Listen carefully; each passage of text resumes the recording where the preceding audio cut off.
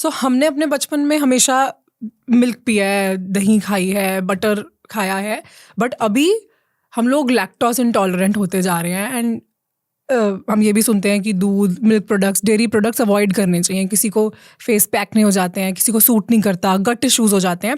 आपका dairy products के बारे में क्या ओपिनियन है? तो डाइट में 2-3 बातें रह गई थी, सुनो परहेज क्या है। तो दूध, दही, पनीर, अंडा, नॉनवेज, मतलब ये आपको नहीं खाना आज के बाद। अगर आपको दूध पीना है तो कुछ शर्तें हैं। नंबर 1, पहली बात तो गाय हमारी माता है, अकल बड़ी के भैंस गई भैंस, पानी में काला अक्षर भैंस बराबर, जिसकी लाठी उसकी भैंस, उसकी भैंस, भैंस के आगे बीन बजाना। हाँ। अब आप मुझे बताओ सारी कहावतें भैंस पे क्यों है? गाय पे एक ही है माँ। हाँ। तो भैंस को डफ्फर, बेबुद्धि कहा गया हमारे पूर्वजों की तरफ से। अच्छा, पूरी दुनिया में America, Russia, Japan, Germany, China, सब जगह भैंसे हैं, लेकिन दूध कोई नहीं पीता। तो भैंस का दूध पीना नहीं चाहिए। अगर पियो तो कम से कम रोज 20 किलोमीटर साइकिलिंग चलाओ, कम से कम 15-20 घरों में झाड़ू पोछे करो। मतलब वो इतना हैवी होता है। एक्सरसाइज करोगे तो भैंस का दूध हजम होगा, अदरवाइज भैंस का दूध हजम नहीं होता। पुराने टाइम पे भी राजा महाराजा भैंस का दूध सिर्फ पहलवानों के लिए यूज करते थे, या जिनको वजन बढ़ाना है बहुत ज्यादा, अच्छा, वीक बच्चे, उनको थोड़ा थोड़ा भैंस का दूध दिया जाता था पुराने टाइम पे भी। अच्छा, अदरवाइज कहीं वर्णन नहीं मिलता भैंस के दूध का। गाय का दूध पीना है पहली बात तो, ठीक है। लेकिन गाय भी कौन सी? भारतीय गाय।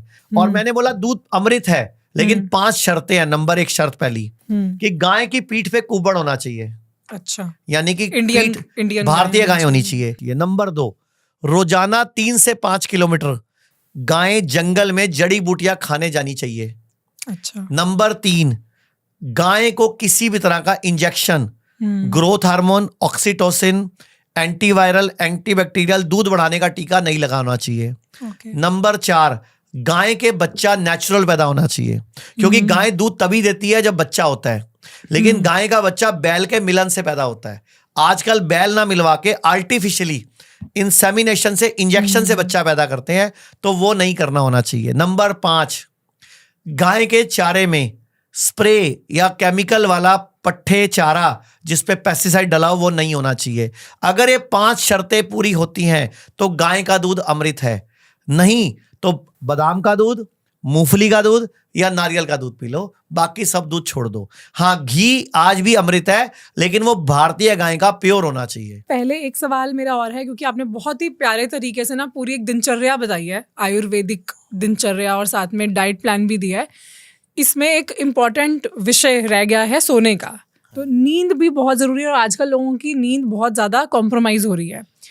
थोड़ा मैं चाहती हूँ आप लोगों को अवेयर करें, सोने का ड्यूरेशन सही होना, सोने का समय, क्या टाइमिंग्स होने चाहिए, और जिन लोगों को नींद नहीं आती, स्लीपिंग इश्यूज या डिसऑर्डर्स हैं, वो कुछ टिप्स हैं जो फॉलो कर सकते हैं। आयुर्वेद में ना एक थेरेपी होती है शिरोधारा, शिरोपिच्चू, शिरोलेपम, अक्षी तर्पण और नस्यम।